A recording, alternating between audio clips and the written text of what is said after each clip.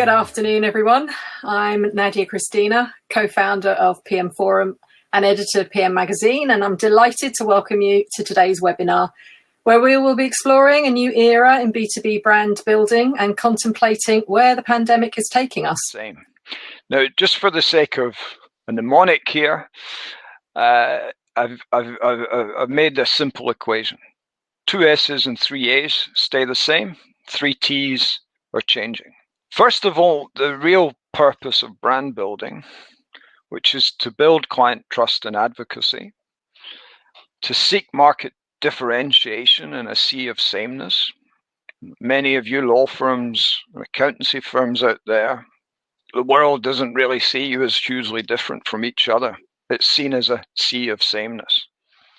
So those 3 R's, some of the ways that I would think about measuring these are, the first one I'd say is multi-stakeholder measurement. For example, who now measures the level of pride that employees have in their firm or company? How attractive is your brand to future talent? How are you perceived by different generations on social media? Do you measure how your suppliers and business partners perceive you?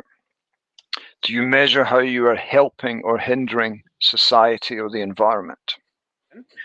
Any tips for how to sell the concept of focusing on purpose rather than profits to equity partners? That's an interesting one. I think the focus on environment, communities, and the ability to attract young people to your firm, I think, are the counterweights to that, because there won't be any equity unless they have these wider stakeholders.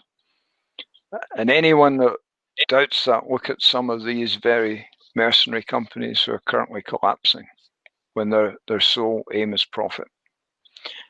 And I don't think by putting that case across you any longer sound like an evangelist or you're in an ivory tower and you don't understand the real world anymore. I think the COVID situation has changed all of that.